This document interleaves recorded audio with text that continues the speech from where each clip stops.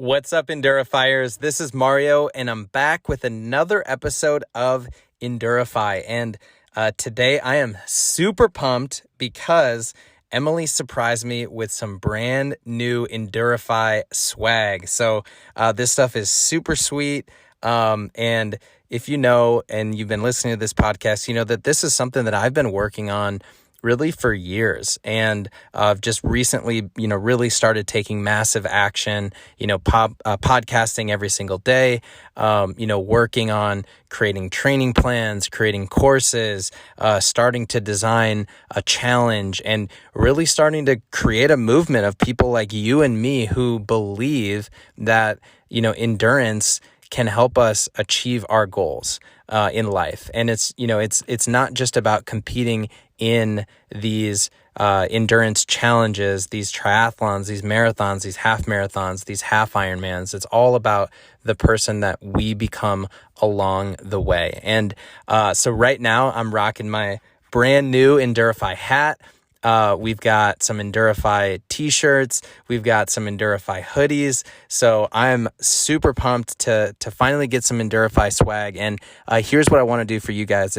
If you have been listening to this podcast and you've gotten any sort of value out of it, please reach out to me, email me at mario@endurify.co, and just tell me one thing that you've listened to from this podcast that you've applied, or one thing that you've learned from listening to this podcast, and reach out to me and email me, and I'll send you some Endurify swag. So that is what I wanted to start off with, because this stuff is sweet. It feels really good to have it, and want to share it with you guys since you've been big supporters along the way. So we're getting close to almost 2,000 listens. We've had almost 50 people listen to this in the last 7 days. So the Endurify kind of movement is growing, and really excited and really grateful for you for listening and being a part of it. So that's what I wanted to start with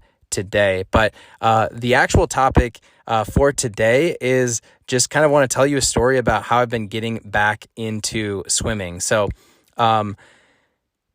just got back to Iowa a couple days ago, and now that I'm about 11 weeks out from my half Ironman, I have been running, I've been biking, I've been swimming, just really kind of sporadically, but I realized I need to get back in the pool and more consistent with my swimming. So right now, the rec center that's about 5 minutes from my house, you need to purchase a membership. And then because of COVID, you can't just show up, whenever you want. You need to reserve a lane for an hour. And so I started my membership again. And last night I started to, reserve my lanes, thinking, okay, it's Tuesday morning, maybe at about 6 or 7 a.m. I can reserve a lane. Thursday morning from 6 to 7, I can reserve my other lane just like I normally do. But what I found was I couldn't actually pick any sort of times until like the end of April. It was that far and booked up. And the ideal times are all taken. The only times that are really available are like Tuesday nights at like 7 or 8 p.m., some Thursday nights, some Friday nights, some Sunday nights. So really just not ideal times for swimming for me, because what I really like to do is I like to get my workouts out of the way in the morning to, start my day off and with some, positive energy, and to really give me the energy to be my best the rest of the day. But since I haven't really been able to swim, I had to just go ahead and choose those kind of unfortunate times.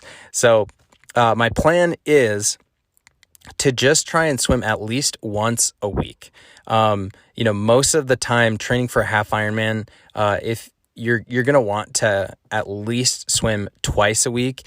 And I really think that that's sufficient. If you're going for like a PR, or you're really trying to improve your swim time, maybe you can improve that or increase that to 3 times a week. But 2 is what I would recommend for most people who are starting out. And so, what I would like to do is get to 2 swims per week, but at a bare minimum, just get at least 1 long swim per week.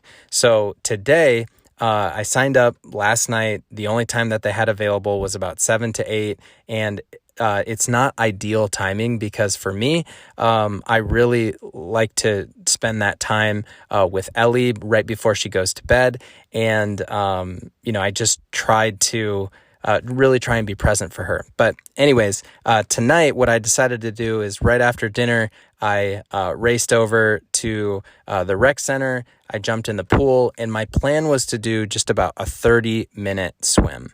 So since I'm not going to be able to swim as consistently, I'm not focusing on intervals or ladders or anything like that. I'm just doing a continuous swim. And that's what I would recommend for most of you is just do a continuous swim for as much time as you have and really trying to build up that base. But I was racing and I was trying to get my workout in so that I could, make it back home and put Ellie to bed around 8 o'clock. And so I was going a little bit harder than I normally would. And I haven't really been super consistent with my swimming yet, just because we've been traveling, we've had a lot going on.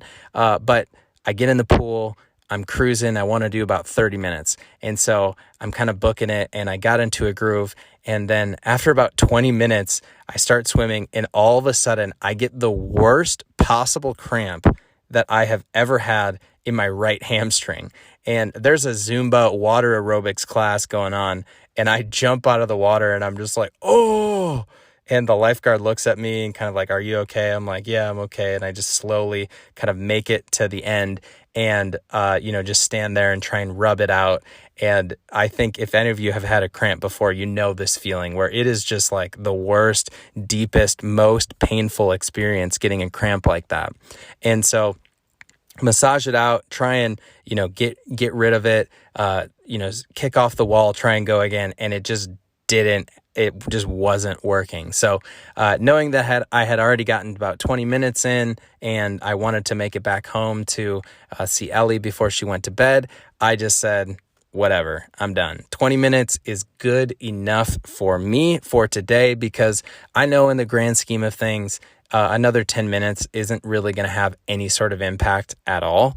And so I just got out of the water, dried off, and made my way home. But I was thinking, why did I cramp up so bad in the swim? And so I just did a quick research on it and Googled why did my hamstring cramp up in the swim? And I think that this might be something that could pop up for you. So I just wanted to share So I basically learned that there's several different types of cramps that swimmers can get, and there's clearly different causes of muscle cramps. So the main types of cramps that swimmers will get, or triathletes who are getting into swimming, are foot and ankle cramps, calf muscle cramps, and hamstring cramps. Now, when I was training for my full Ironman, that's when I would get foot and ankle cramps, and those were the absolute worst. But that was something that I worked with my swim coach at the time, and I explained like what was happening, and she was able to correct the issue that I had. But this is the first time that I've ever had a hamstring cramp, which was really, really painful. So just looking at some of the different causes of muscle cramps, one of them is pretty obvious. It's just dehydration or electrolyte imbalance. So I honestly don't think that this was the cause for me because I do drink a lot of water throughout the day. I had water with dinner before my workout, and I don't think that was the cause. So the second one, swimming in cold water. This can cause cramping. This one definitely was not the cause for me because I was swimming indoors and the pool was pretty warm. The third one, swimming with unnecessary tension. So this is where, some swimmers keep their feet and ankles too rigid while they swim, and this can create kind of continuous tension in your leg muscles, and cramping becomes very likely. So that could be the case, but I don't think that it's that one. But the fourth one, when I read it, I'm like, okay, yeah, this is probably it. Swimmers who haven't built up proper kicking strength, the actual one is lack of proper conditioning and over use. So this is where, swimmers who haven't built up proper kicking strength, or swimmers who are getting back into swimming after being off for a period of time, they try and jump right back into the duration of swimming that they used to be doing. Or it can happen to somebody who's doing high intensity swimming for too long. So when I read that one, I'm like, yep, that's definitely me. I was kind of coming in, I didn't warm up. I was going at probably a little bit harder pace than I normally would, because I was trying to get my workout done so I could get back home and rush through it. And so I definitely think that this was the cause for me, which is just, going too hard, too fast. And it's funny because I've been doing triathlons for like 8 years, and I'm still making mistakes and I'm still learning along the way. It's just kind of a funny thing about it, but it's also the part that I love, because, every day is different. Every workout is different. Every race is different. And even if you're in it for about 8 years, you're still learning and you're still getting better. So basically that's what I wanted to share with you today, just my story around swimming, what happened and what those causes are of cramps. So if that is, something that you have dealt with, then hopefully, this podcast was helpful for you. So that's what I have for today, but I do want to bring it back to you and, just share that question of, do you, have you ever encountered like these types of cramps before when swimming? And if so, specifically with what I just mentioned, like coming in, going too hard, too fast, just use this as your reminder to just ease back into it, slowly build up your swimming over time, because you don't want to end up with the cramp that I had. So that's what I have for today. And again, if you do want some Endurify swag, please reach out to me, mario@endurify.co, and let me know what's one thing that you've learned or one thing that you've applied to your life from listening to this podcast. Would love to hear that. Would love to get in touch with you. So that's what I have for today. And I hope that you all have an amazing day.